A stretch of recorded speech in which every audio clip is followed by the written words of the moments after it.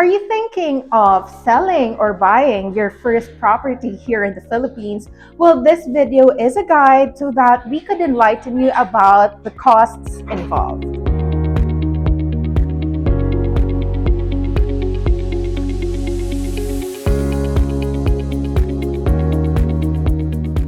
So I want to tell you about the two kinds when you purchase a property. So the first one is that if you're actually purchasing from a developer, there's actually not much costs that are not outlined in the sheet, because mostly for developers, they do provide the total contract price with the amortization that you would be paying for the next few months. And then you could just ask them the closing fees that will be on top of that. But for today, what we're really going to drill down on is the secondary market. So what is the secondary market? These are the properties that are for resale, which are owned by individuals or corporations already.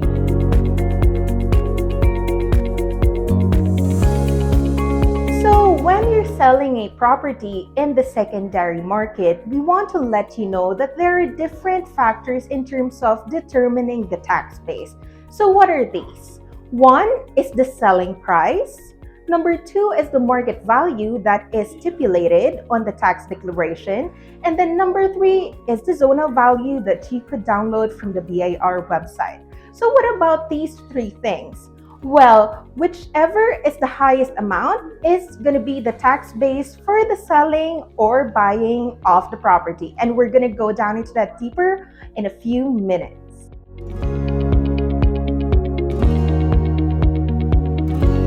So now that we have identified already those different factors, well, let's now lay down the taxes that are involved for the seller and the buyer. So let's start with the seller first.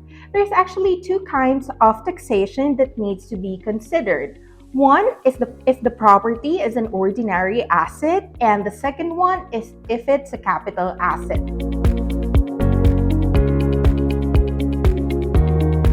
The first one that I want to talk about is that if a property will be tagged as a capital asset. So how does it fall into that? So normally, to fall under the capital asset, the property must be used for residential, and also the TIN numbers of the owners on the title is not related to real estate, leasing, or any business. So here on the screen on your right, you could see the taxes involved if it is categorized as a capital asset, which means that the only tax for consideration for the seller will be the 6% capital gains tax and the broker's fee. Now, on the other hand, here on the left is if the property is tagged as an ordinary asset. So what is an ordinary asset? It means that if a property is used for leasing, or if it is used for business, or if the TIN numbers related of the ownership are actually engaged in real estate. When a property is tagged as an ordinary asset, the taxes involved besides the broker's fees will be a 6% creditable withholding tax plus 12% VAT. You can reference on the screen the breakdown of the fees involved, but just a tip that we want to share with you, it is always best to always TIN verify before you even start the selling process, because this way you will be more confident, because ultimately BIR assesses the property, whether it's ordinary or capital, only after the execution of the deed of absolute sale and once presented for on-it computation.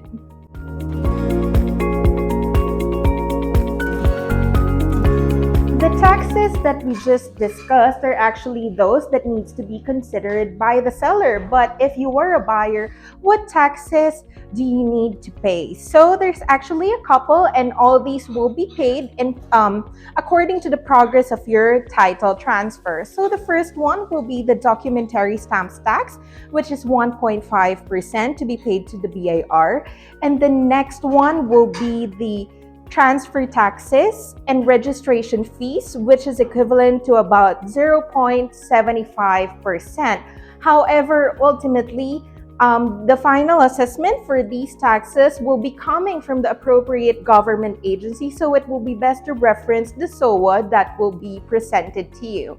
Some other expenses that a buyer should anticipate would be notarial fees and also the title transfer fees to transfer the title to your name.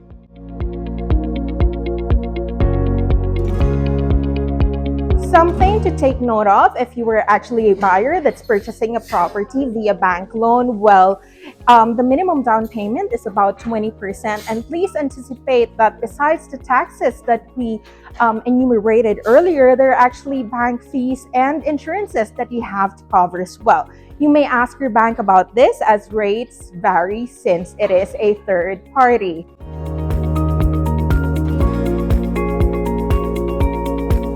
Now, I just want to highlight some of the things that we do here at Remax Gold, besides, of course, buying, selling, and everything under the real estate bracket or umbrella, rather. Well, at Remax Gold, we do represent our clients end to end. We also help with financial transfer should there be a need, and most of our clients are actually foreign based. And we're very well versed in that. So if you were in need of a real estate broker or a brokerage, please do contact us. My name is Abby C of Remax Gold, and we can't wait to meet you soon.